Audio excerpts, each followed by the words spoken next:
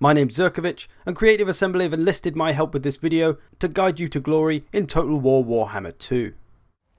So there are two paths the Dark Elves can take to victory. Either go after the Vortex, completing all the rituals and winning the final battle, or dominate the lands by controlling 50 provinces and wiping out certain factions. If you wish to take control of the Great Vortex, you'll have to complete a series of rituals which will ultimately lead you to a final battle. There will be forces that will try to stop you along the way, and other factions will be trying to do the same thing, so you may have to intervene to stop them taking control of the Vortex. If you'd rather just destroy anything and everything in your path, then a Domination Victory may be for you. There are plenty of suitable settlements for the Dark Elves to inhabit, but some are in uninhabitable climates. You can still control these, but the settlement will take some serious penalties. If you want to begin rituals to get after the Vortex, you're going to need Scrolls of Hecate.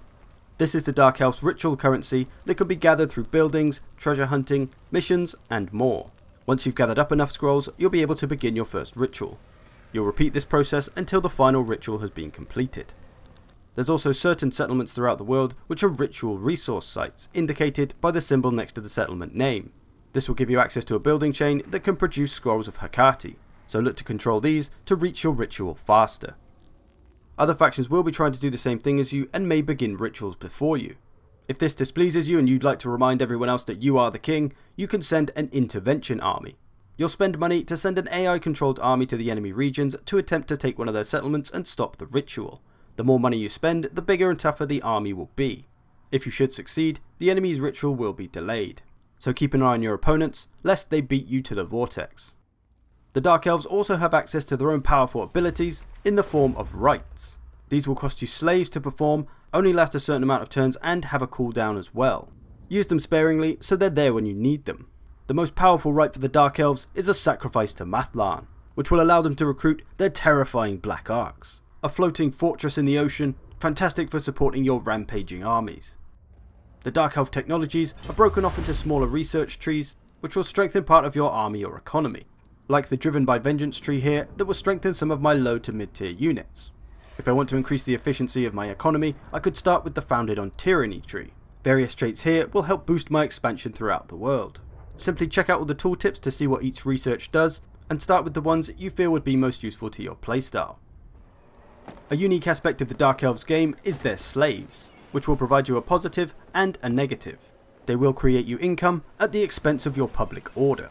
On the slaves overview screen, you'll see all the provinces where you have slaves, how many you're allowed and how many you have, as well as a region's current income and public order. So the more slaves a region gets, the greater the income from slaves will be. But of course, this will affect your public order as you'll have a lot of unhappy slaves around. You can see this in the effects of slaves section. So then it just becomes a case of controlling the situation. So for an example, you can see the Iron Mountain's public order isn't doing so well, so I should probably try to do something about it. Now it's only being slightly affected by the slaves at the moment, but I don't want it to get any worse. I can use the No More Slaves, Request Additional Slaves, and Receive Slaves buttons to control my slave population in each region. So we'll go for No More Slaves in the Iron Mountains. Nagorond isn't doing too badly in the public order, a few buildings should sort that out, so I'm going to request additional slaves for there to increase my income. I'll keep Ironfrost Glacier the same, as I have an army nearby that should sort that public order out soon enough. So slaves are fantastic for getting you some extra income, but if left uncontrolled may rebel and cause you some problems. Slaves are typically acquired from defeating other armies, whether that be in a settlement or out in the open fields. You may get various options and receive differing amounts of slaves. Be sure to manage your slave population carefully to get the best out of them.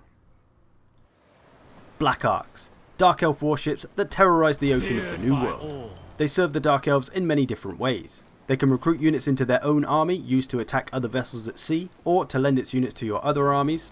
They come with their own building chains, essentially turning it into a floating settlement, which can serve various purposes.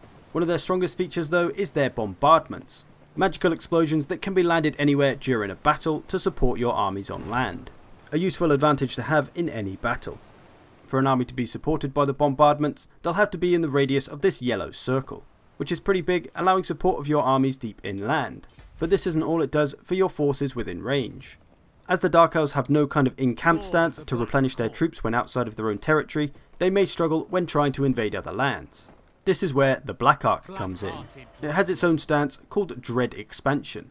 This will allow replenishment for any armies within its radius, cementing the Black Ark's true position as a supporting vessel. On top of all that though, you'll also be able to recruit new units into your army directly from the Black Ark and any buildings it may have there.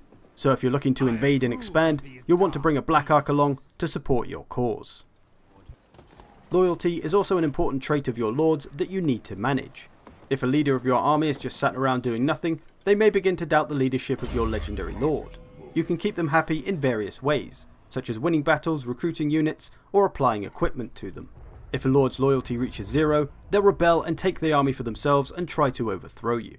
So be sure to keep your lords loyal. To build a strong Dark Elf army, you will need the necessary buildings.